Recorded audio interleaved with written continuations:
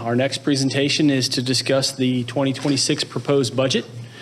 We have a lot of updates from our last presentation, which was in March, when we gave the overall requests. So we're going to kind of walk through that. Today, we're going to go over a budget summary and highlights, list of impact items and budget recommendations, budget breakdown by fund, and most importantly, our budget schedule. And then we're also going to have a slide up here to point the public to find additional budget information on our website. And we're working with Ross and his team, the communications department, to make sure that we have all that updated. And everything that we have shared today will be on the website, including the presentation. All right, so I'm going to jump right in. This is our high-level budget overview.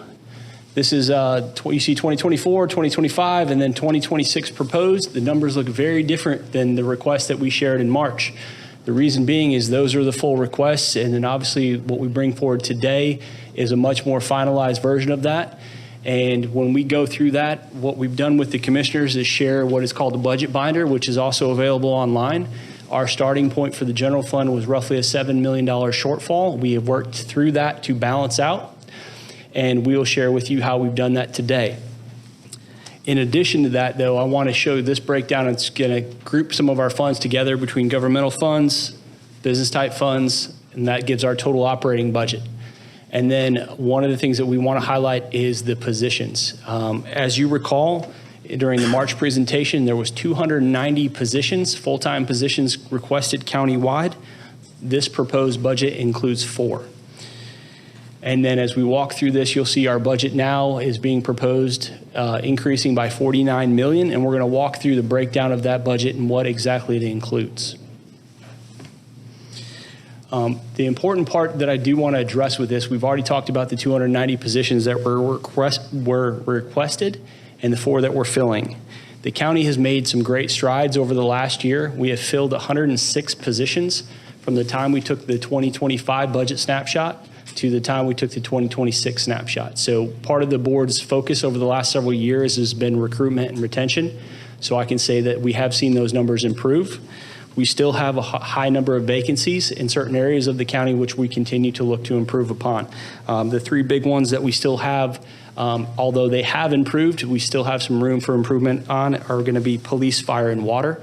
Those are still remaining over 70 vacancies on each one of those. Okay, so we're going to move into this budget summary. So this is, as a reminder, this is the second year of our biennial budget. So what we call this is our little budget versus our big budget process. A lot of the budget requests carry over from what was not funded as part of the 2025 first year of the biennial. The departments review those, update those for current numbers, and that was what was presented in March. But we talked about the budgets overall countywide is going up $49 million. This one page here captures that increase. So we walk through these from top to bottom. We have water operations increased $11.4 million. That was primarily due to water purchases, chemicals, parts, electricity, and gas. Of that $11.4 million, over $7 million of that was for water purchases alone. So as a reminder, we buy our water from Marietta Water Authority, which has rate increases. That translates into an increased cost for us. And then we did touch on this in the previous slide. Again, we filled 106 positions, but what does that mean? At the end of the day, we budget vacant positions at 50%. So as we fill those, now they are 100% funded based on the salary that that employee earns, plus benefit selections. That has been a positive increase for us as we have focused on recruitment and retention, but just by simply filling positions and updating for increases in healthcare and pension, the budget for countywide increased $12.3 million.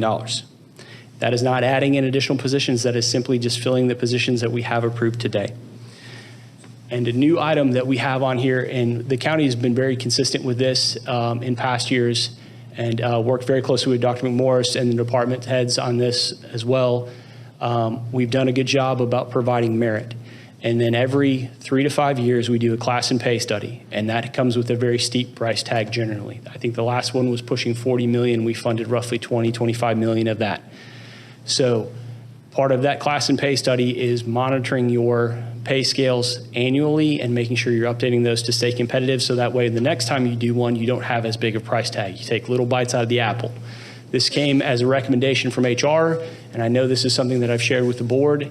So as a part of this budget, there's a proposing to have a 2% pay scale adjustment and COLA. This is countywide.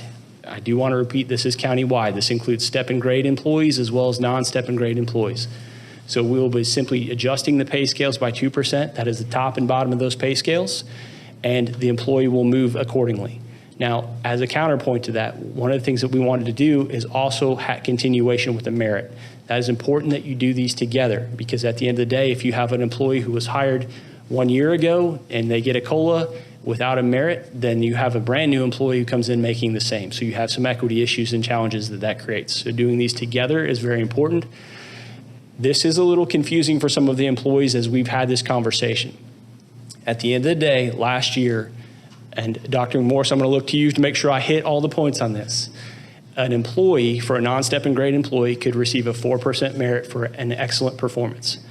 If this is passed, that same employee could receive up to a 5% with this breakdown. So they have the ability to earn an additional 1%. Now, this is very different for public safety. Okay, so if I want to take this slow, and if you have questions, I would definitely encourage you to ask. Public safety has their step increases. After year 10, they get those step increases every other year. This 2% COLA would affect everybody within the step and grade program. So whether you're on a step year or non-step year, you would be entitled to the 2%. So that means for year 11, you'd traditionally not receive a step. You would get the 2%. But a year 10 employee would get the 2% increase plus the step. So that would mean a 4.5% increase for that employee. So those are going to put those very comparable between the step employees and non-step employees. So I just want to make sure everybody's comfortable and understands that. So that is a new concept for us for this year. But for the non-step employees, it's a max of 5. For a step and grade employee, it's a max of 4.5. And that is an improvement over where we had it for previous years, because it was previous year, it was a step of 2.5. So I do want to just reiterate that. I've had some confusion with our staff as we've walked through that. But again, max of 4.5 for step and grade, max of 5 for non-step and grade, and everybody is entitled to the 2% because of the pay scale adjustment. This is important because it addresses our entry-level pay. So that is something I just want to take a moment and pause there and see if you have any questions on that. Is everybody good? We do. Go ahead, Commissioner.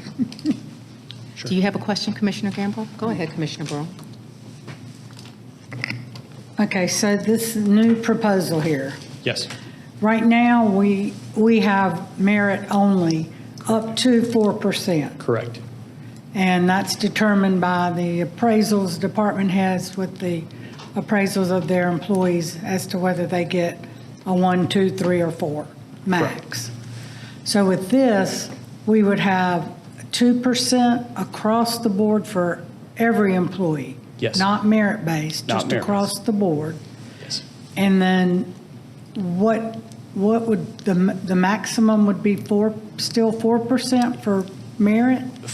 There would be a 3% merit for non-step and grade employees. Mm-hmm. So if you add the 2 and the 3 together, you get a max of 5. Right. Okay. The breakdown of that is I'm going to use an outstanding employee or excellent employee. The highest rating you can possibly get would earn you a 5.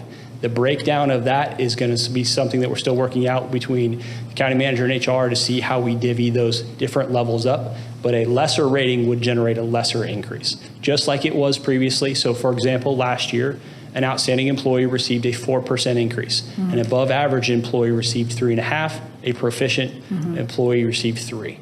So this would be a similar methodology, but we're working on what the breakdown would be based on that, and we're going to have those conversations with the county manager and HR to determine, okay, we know an outstanding employee can get 5. What does the above average get? What does the proficient get? But it would be north of 2 because everybody gets the 2. Okay? Does that make sense? Mm-hmm. Okay. Chairwoman, that's why I want to pause here, make sure everybody understands and we're comfortable, because this is important for you, but also the employees to hear. It makes sense, but I wish that we would be very clear in differentiating the COLA versus merit.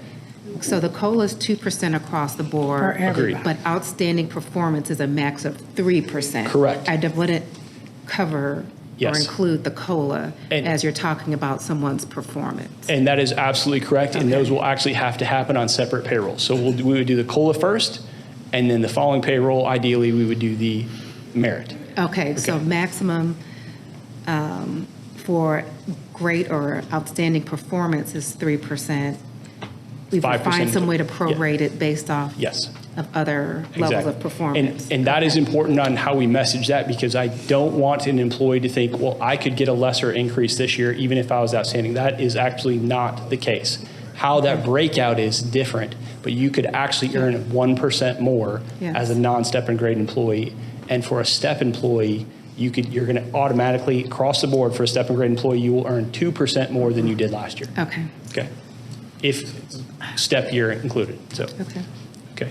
Dr. Morris, Anybody this else? is very important, so I want to make sure that I You're good? have hit Okay. everything that you need, that I was clear for you, and that we make sure we message this properly for employees Yes. Okay. as being proposed. Yes. Right now, the key word is being proposed. It is for board consideration. We are working on how we want to message that, to include how HR wants to put it out to all of employees, to include in a podcast, to do FAQs, to make sure that we understand or make sure that we clearly articulate how employees can understand how we got to the rating. But we don't want to put the cart before the horse. Yes. But as you can do the math, a COLA is a cost of living adjustment. It has nothing to do with your performance. So what Chairwoman Cupid is saying is exactly right. This is a new request of the board because, as I understand it, the county has not implemented a COLA since 2004, if I'm not mistaken. A COLA. Now, I may be wrong, and if I am, I know it has not been in my 13 years since I've been here. We have not had a COLA, right? We've had merit on and off, but I'm not sure we've had a COLA. Yeah, well, I perceive 1 year We we may have. have had an adjustment while Commissioner Brawl and I were here. I'm But not It sure. may have been minor. Yeah. Not There's a pay difference equity. between a Not pay it wasn't adjustment, It wasn't yeah. a pay equity adjustment. Yeah. And well, we have had an across-the-board increase Yes. since I've been here, Yes. early on, like maybe 2012. I don't know, recall. across the board. And I don't remember what percent, but I do remember the budget after that, we went to strictly merit. We did. Merit-based. And Commissioner, and to your point, I think I think we can all agree, it's been some time since we've It's had been an some adjustment. time, The correct. important part of this one, although it would be applied uniformly, the important part of this is adjusting pay scales as well. So, for example, when we talk about the entry level for public safety, this would move them to 55 plus. So that's why when we talk about it does move everybody 2%, but it also moves that pay scale.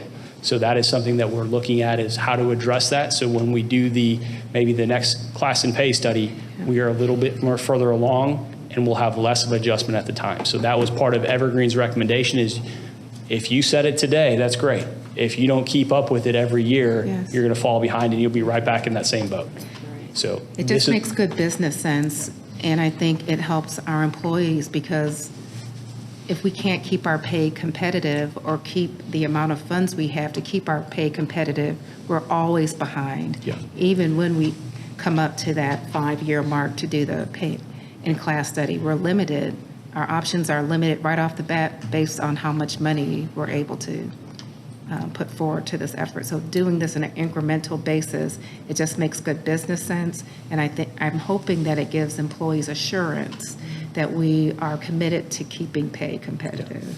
And I think this shows the board has done in the past, focused on recruitment and retention, and we continue to do so with each additional step. Every year, the board has done something to focus on that.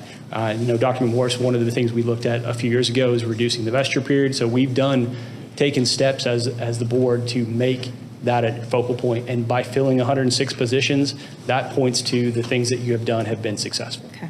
Okay. All right. I did want to hit on that because that is a new concept. Commissioner? Oh, I saw her. Sorry. Commissioner Gamble. Well, and while this isn't directly pay, we've also not passed along health insurance premium increases to the employees as well. So while the years they might not have gotten a COLA, there were other benefits that they Certainly. received because we didn't pass along those healthcare costs that we all know are going through Yes. the roof. And Certainly. Commissioner, you're exactly right. There were a few years where the county did absorb those increases when we couldn't maybe do something on the pay scale side. Last several years, we've been pretty consistent about passing those along, but we've also done that in addition to providing an increase for salaries. So those have gone hand in hand, but to your point, in the past where we haven't been able to do that, the county has absorbed some of those increases. So do you know if we're going to be absorbing those increases this year or passing those along? The plan is to share that increase with the employees like we have for the last several years, because we are doing a pay increase. Now, I will say this is, we're going to get into this in a minute. We talked about the $7 million shortfall. Part of that, helping address some of that, was we finalized the healthcare rates with our providers. They came in a little bit better than expected, so we got to eat away at some of that balance. But we'll get through the details of how we balance that out. But that was a big part of it. So the county has gone out to bid with our broker as well as our providers. We've got some really good rates for this year. We anticipate an increase, but it'd be a small increase as we move forward. Okay. All right. Before I continue down this list, I want to make sure everybody's comfortable with the COLA and merit concept. Okay, good. Very good. And again, that's roughly $8.6 million countywide. That is over for 5,000 plus employees. That includes step and non-step employees. As we go down this list, you'll see one of the items that we noticed is the fire fund contingency. This has been an area of focus that we've had for the last several years. If you remember, several years ago, we shifted some of the debt service millage to the fire fund because the fire fund was struggling. That has been a very big success. Fire fund at a period of time was not able to do capital replacement, not keep up with some of those, and they were very restricted on their use. This has been a big lift for the fire fund. We have seen tremendous improvements. We are fully funding capital replacement, fully funding personnel, operations, and so on. And as a result of that, we have, because the fire fund does not have the floating homestead exemption, as that digest grows, they realize the full benefit. So after fully funding their request, we have seen a contingency develop in the fire fund, and they can use that for fire fund operations, but it is truly restricted for fire fund activity. That has grown by $5.1 million with the current projected digest. So this is something we're going to ask the board to take a look at, is do we need to look at the millage rate for the fire fund? A slight reduction would be, we're not looking at any major changes here because we're looking at something that is livable. We don't want to see the board do a major reduction and then have to come back the next year with an increase. So this is something we'd like, again, little bites out of the apple. But this will be something we'll have some ongoing conversations about. But today, with the fire fund's current millage rate and current digest, the contingency grew $5.1 million. And then one of the funds that we don't usually spend a lot of time talking about is our claims funds. This is our health fund, our dental fund, our claims and liability fund, and workers' comp fund. The reason that I have this on here is, yes, it does account for $5.9 million of the $49 million increase. This is a double count. And let me explain why. So, and the only funding that these funds get come from the other funds. So for example, as a part of the process, the general fund, as a participant, sends money to these funds to fund that activity. So when this went up $5.9 million, so did all the other funds. So you're counting this twice, but that is, from an accounting perspective, how we have to do that. If I move money from the general fund to the claims fund, both expenditures go up.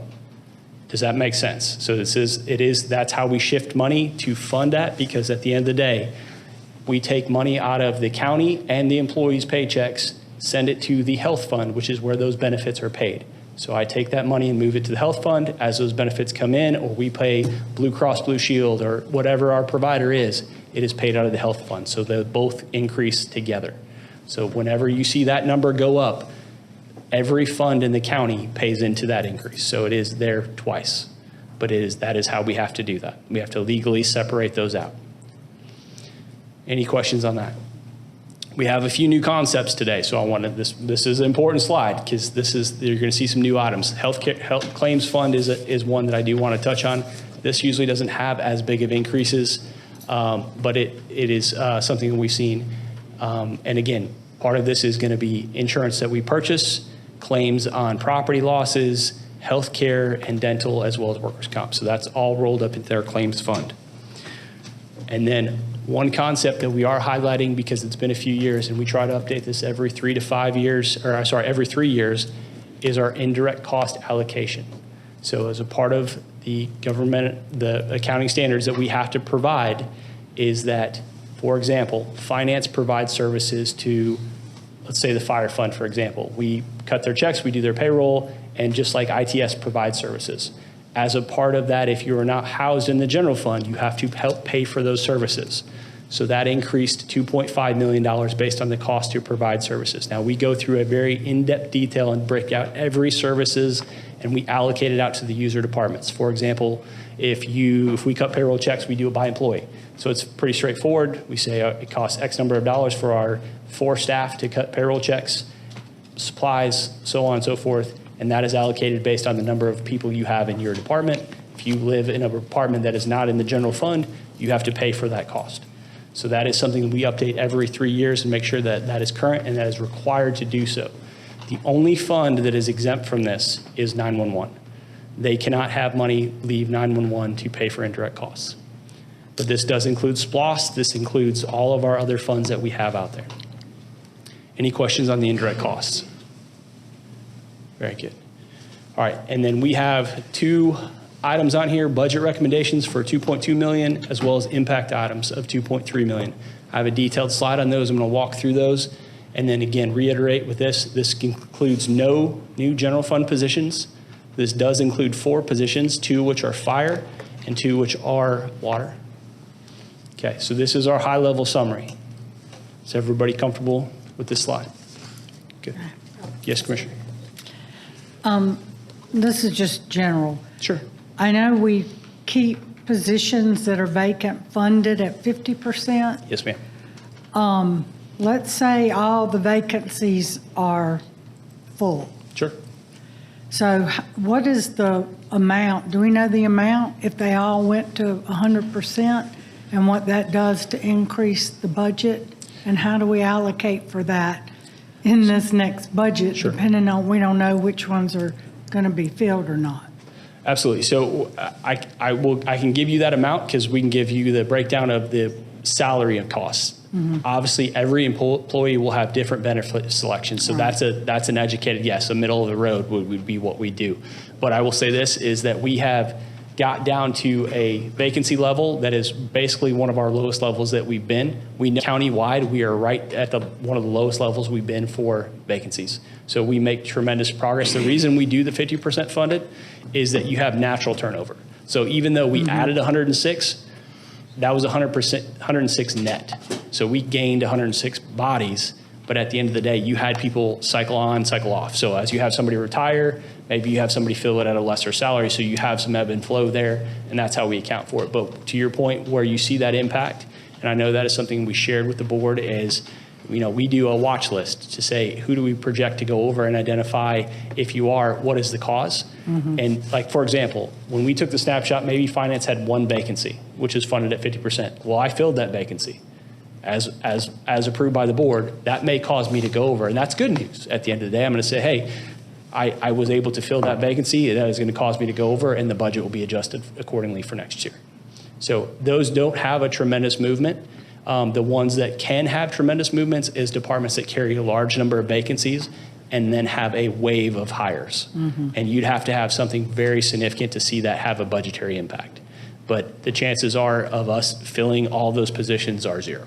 We will never be 100% full just because of natural turnover. Yes, we could continue to improve, but like I said today, we are at one of the lowest vacancy rates that we've ever had countywide. So, but there's still some challenges, and I know that is something we'll continue to work through. So if we didn't keep the vacancies at 50%, yeah, they would go away and they'd have to come back as new positions again? So once the board authorizes a position, it is now part of our roster. And what we do is as long as the position is authorized, we fund it at 50% if it's vacant. We do not delete those. Now, we have in the past brought those forward as deletions if a position has been vacant for a period of time, and it's usually an extended period of time. We bring those forward and as a part of the budget process, review those each time to say, if you have a position that's been vacant for, let's say, a 2-year period, we will meet with that department and say, okay, why and what is going on, and does that position need to be reevaluated and changed? But a lot of our vacancies are simply natural turnover. So that's where we see it. It's very rare for us to see a position just sit empty for a long period of time, but it's like I may have an accountant 2 position vacant today, but next year it's an accountant 3 position because I filled the accountant 2, the accountant 3 left. So a lot of it's just natural turnover. Okay. Okay. Any other questions on this one? Good. Very good. Okay. So this is important as we go through this one. This is something that you as a board receive every board meeting. We do like to keep this updated so you can kind of see and be notified prior to your votes. These are the BOC impact items. So every agenda cycle that we have, and we have some tonight, if there's an agenda item on that is up for a vote that will have a required budgetary increase on the next budget year, we highlight that for y'all so you can see what that is. A lot of these are going to be contract related, and the increase that we are going to see in 2026 based on board agenda items that were approved is roughly $2.3 million, and I have those listed before you. Now, I do want to give you a moment to think about this. This is $2.3 million. Last year, this list was 16, okay? 16 million. So the board has done a great job with this as we've gone through the year, and obviously you just had different types of agenda items. Some of these are for new contracts. Some of these are updated contracts. You're going to see some items on here that says lease for copiers. Okay, that's if you have a lease for a copier, if you have a copier in your department, you share a part of that cost, which is why you see them on here a couple different times. So that could be, one agenda item, and that is allocated out to the user departments. And then the second item from the top is our claims fund. This is not part of our general fund. So the $2.3 million is countywide. The claims fund, again, is not part of the general fund, and that is the $300,000 for the first responder PTSD insurance. So that is not general fund, but the rest of them on this list are all general fund. And you will see some of these are actually reductions as well. So we do account, I'm sorry? Wasn't that a state law? Yes. So, but it has as the agenda item, you have to approve that, and then as we have to have that as an impact item, so we automatically have that budgetary increase. That's correct. Yes, Commissioner. I'd just like to add to that because I've been kind of after this one, and it's not because of what it provides to our public safety and first responders, but it is an unfunded mandate by the state. But worse yet is they don't have to tell you how many people use this insurance. I'm not even saying, no names, no nothing. But it is up to the insurance company to report back to an individual and the state legislator, and then it is up to that individual to then share that information. That lacks transparency. And so with that, I hope we ask the state to revisit this law, because there's a lot that we could do with our first responders if we didn't have to pay to this insurance that we're not even sure they're using.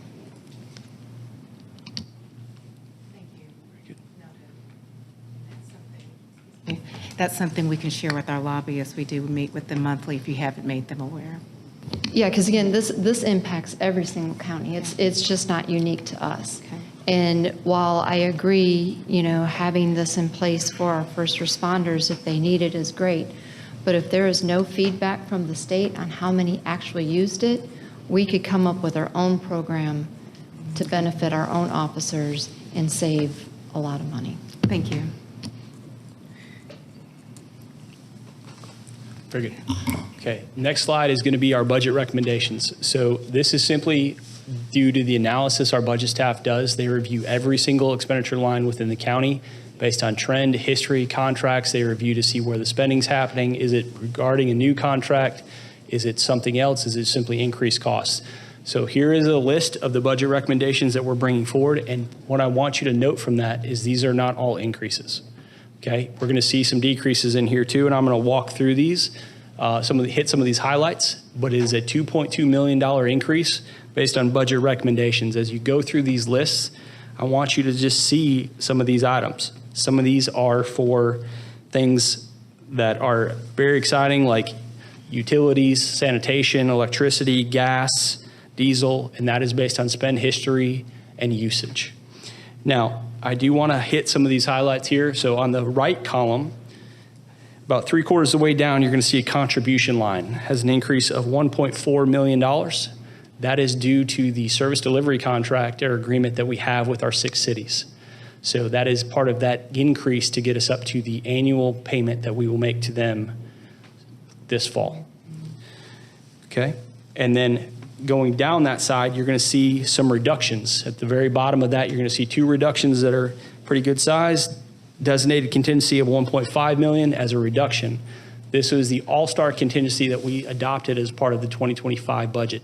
Obviously, the all-star game will not be here in 2026, so we are removing that contingency. Now, we know we may have some special events with FIFA, and part of what we want to do with that is address that as a one-time expense. We will not always have special events. It does not need to be part of your reoccurring budget. When the board is ready, we would encourage the board to approve an agenda item to appropriate one-time monies for a one-time cost for any event expenditures that we have.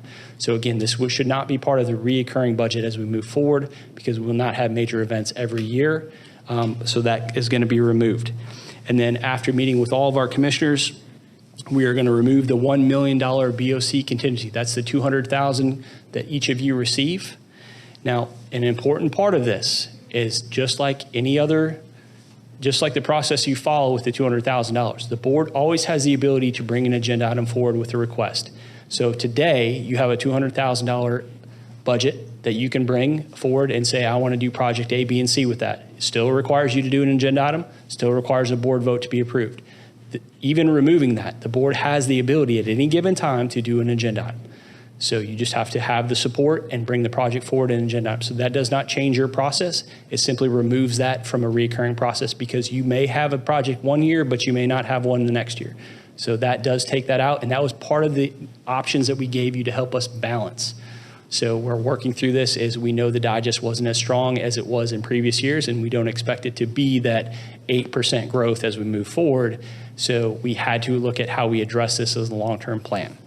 So again, removing some of these as we walk forward, and then we did see some shifts in these. So these are net impacts, but it gives you the full breakdown by object description to see where we're putting these dollars as a part of the budget recommendation.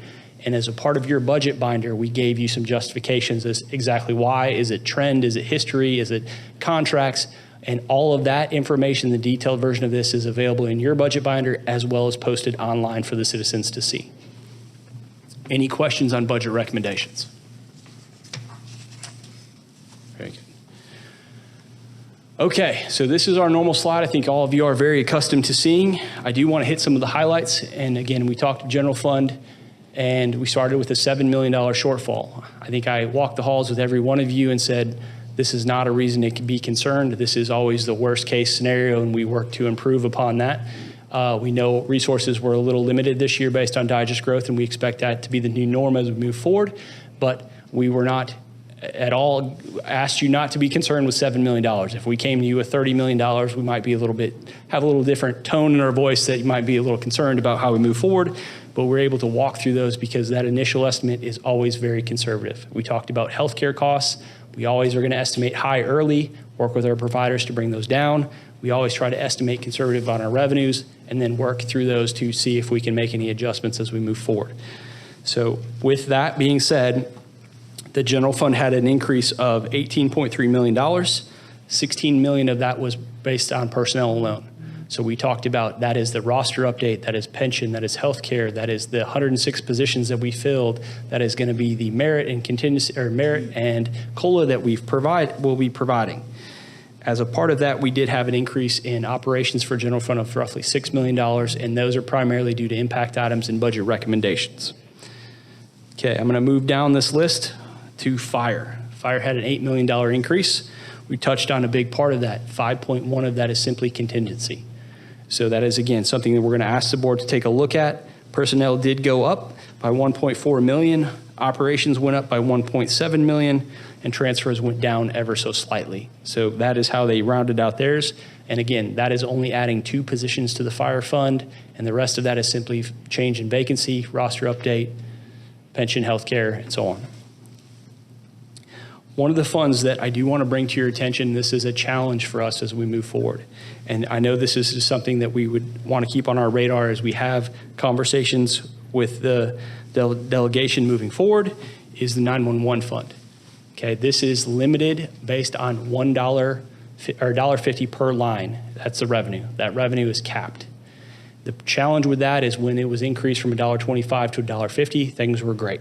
Things were really moving along. That revenue remains fairly stagnant. Expenditures continue to increase. So in 2024, the 911 had a net loss for the first time. They will continue to have a net loss every year until that rate is increased or it begins to receive support from the general fund.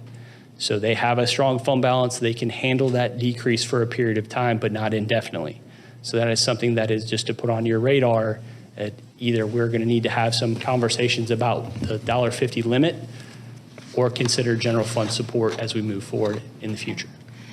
So you said there's been a shortfall every year, Bill, that includes this year? In 2024 was the first year we saw the first net loss in the 911 fund. And so moving forward for this proposed budget, I'm looking at these numbers here. This Yes. is the budget, so you're looking at funding coming from another source. The funding is going to come simply from use of fund balance at this time. Okay. So until we have a decision on the annual limit, or the $1.50 limit, or we move forward. Now, we can sustain this for a period of a couple of years Okay. as is and use the fund balance that it has built up. But it is not a long-term solution. Right. This is something that we would have to address, No, and I it's would suggest recurring. in 2027. Okay. Thank you. Okay. Are there any other questions? Go ahead. I'm sorry, go ahead. We did talk about asking the legislature to increase that, Yes. because it always was sufficient to fund Yes. with operations and all with the $1.50, but we were at $1.35 for a long time before we went to the max and increased to $1.50. Yeah. So, and now that's not Yeah. helping. So we have a former legislator up here that can help us with that. And Commissioner, you're exactly right, and I will say that Cobb County has been very fortunate, especially with our 911. We are one of few 911 systems that are fully self-supported. So that is not the norm. So that is something that we are going to ask the board to take a look at as we move forward. We would love to see that cap increase. And if it does not increase, I just want you to know that that is something we will have to address budgetarily in the future. Yes. Well, and if we remember, the legislator was looking at increasing 911 fees, but they were looking to raise it to fund the POAB, not 911. But I think we also need to remember, Bill, I don't remember, but it was a couple years ago that the director came forth and asked the board to make some salary adjustments, I believe it was. And we knew at that time that when we approved that, we would be reaching the point we are coming to today. So this isn't something new. We were been made coming. aware of this Yes. several years ago. Yeah, it is coming, and it will continue because the expenditures are not going down. It doesn't matter if you were talking operations, personnel, what have you, they will continue to increase. So it is a long-term problem that we will have to address. So, but like I did want to point out that Cobb is very different. Very few 911 systems are fully self-supported. So we have very fortunate, and they have done a good job of maintaining and creating a fund balance that has allowed us to adjust to this over a period of time. It's not something we have to adjust to immediately, but again, it is worth noting to put on everyone's radar that this is something that, as you said, we've seen coming for a period of time, and we want to make sure that stays on everyone's radar. Okay. What would be a proposed increase for it to be sustainable in the coming years? I think just like we saw in the last one, we went from $1.25 to $1.50. You're going to have a period of time where that will be great, but you're going to always have to continue to look at adjusting that. So it is never adjust it once and leave it alone. That is the key with this is, if you went up like we did, 25% or 25-cent increase per line, that's very significant. And that caused us to create that fund balance because it'll generate a surplus for a period of time, and then you'll be right back where you are today. So it is something that should be continually looked at, and we can give you an exact number working with Melissa and her team to say, hey, this is what we think the rate should be for the next, let's say, 3 to 5 years or something like that to get us back to where we need to be. Okay, so from the 125 to now, what's been that length of time? I would have to go back and look and see Okay. when we made that adjustment, Okay. but I will definitely get you that today. All right, thanks. You're welcome. Melissa? Nope. So we'll get you that information. I would say it's at least 5, but don't quote me on that. That I will get you that information by the end of the day. Okay. Most of these other funds, as we walk down this list, don't have any major substantial increases, very similar to last year as we walk through these. The SDS, SFSSD, Six Flags Special Service District, does have a nominal change of $1.7 million. The reason that is changing is, if you remember, we put the money in escrow to pay off the bonds. So we will actually make that bond payment in fiscal year 26. After that, you'll see it return to normal and actually go down. So that is why you're going to do that. You've already self-funded that and put it aside. So there will be no revenue coming into that fund in 2026. Okay.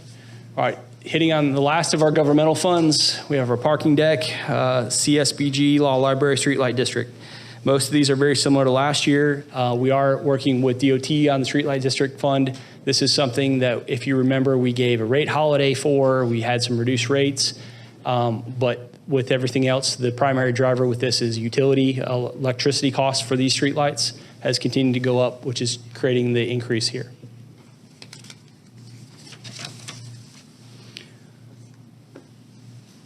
Any questions so far? Good? Okay, good. All right, moving on to our business type funds. Primarily, the biggest fund that we have here is our water fund. And as we talked about, that's going up $13.8 million. The majority of that is in operations. And again, we already touched on that. That's primarily water purchases, chemicals, and so on. So that is the driver of that increase. Most of our other funds here are seeing very small changes as we walk through that. So of the 14.6, 13.8 of that is simply water. So that's going to be everything from personnel to operations. And again, the vast majority of that 13.8 is water purchases of 7. Thank you. And Bill, the golf course fund is self-sustaining? Golf course fund is more than self-sustaining. So COVID was the best thing to happen to golf ever, I think.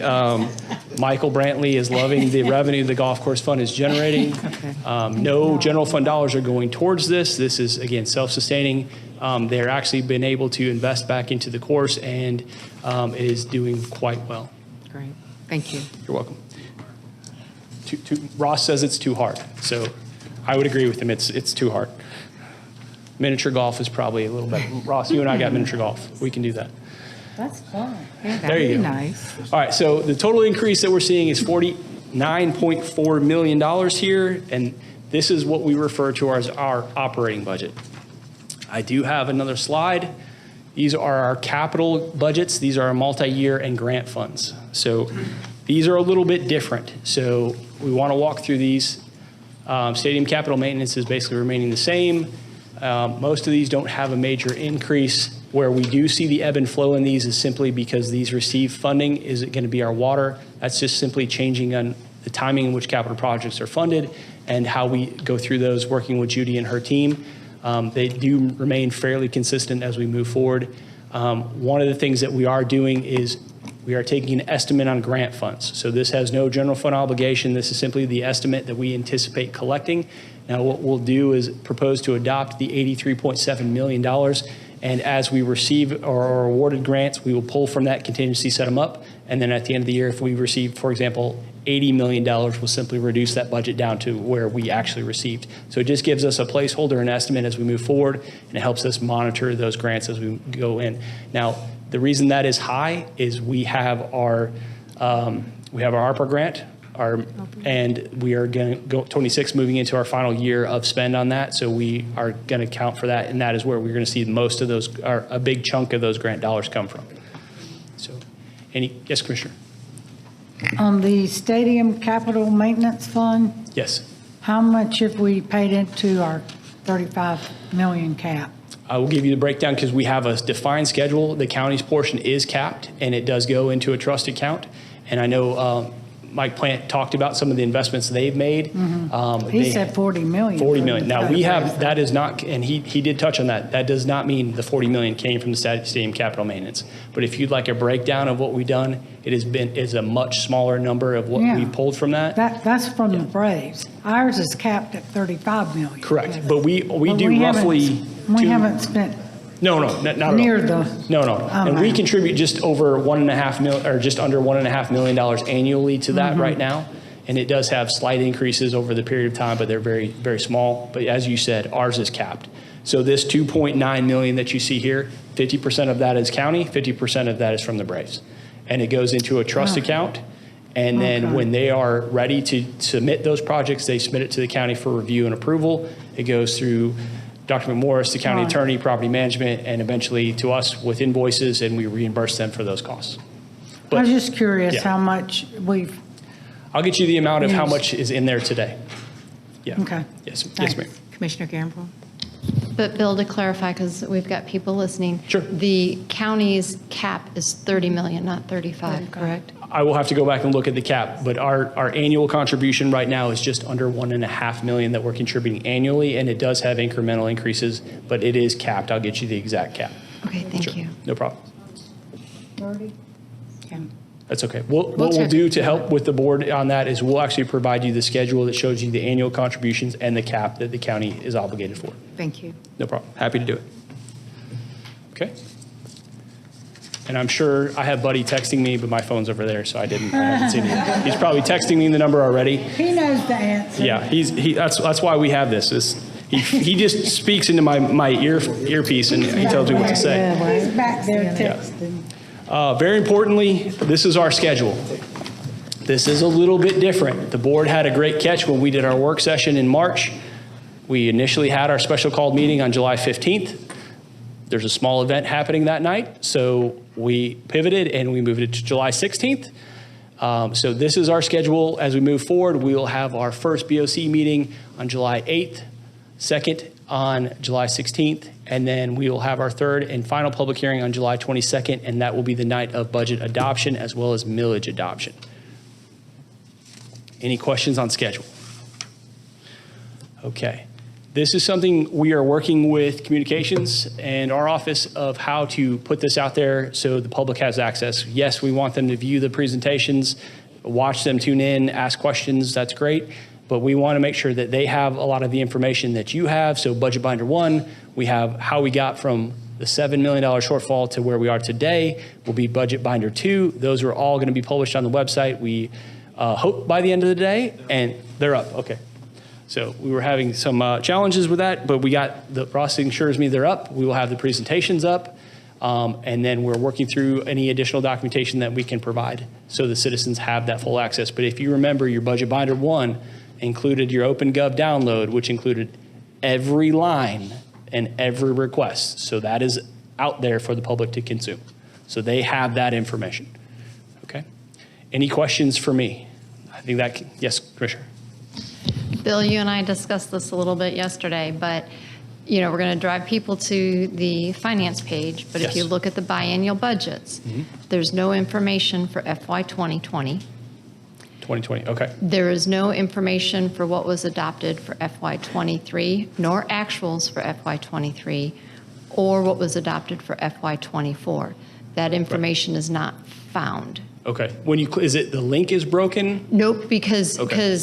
I pulled up all the biennial Yep. budgets, and the adopted ends at 23, Okay. but no actuals were put on, and I never found any actuals for 2020 posted. So all of the budget books should be out there, and I will confirm that they are for you to make sure that, because I do want to make sure we are transparent with our citizens that we have them out there. The other part of that is I want citizens to be very careful how they look at that is, yes, we're talking budget.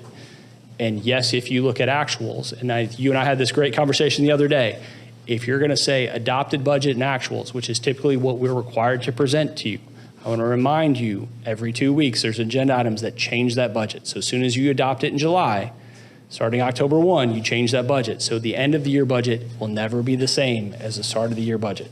So I want to just remind everybody that as we do that, what you're going to have is an adopted budget and actuals. Where you want to look, if you're going to look at budget to actuals, is in the audited financial statements, which are also on the county website, is going to have the final budget, adopted budget, as well as the actual. So you're going to get the full picture. That's why the audit's there, is it gives you that breakdown. Because Commissioner Gamble and I had a great conversation about that as well, is when you look at the budget book, it's going to give you maybe 3 years of adopted history, 3 years of actuals.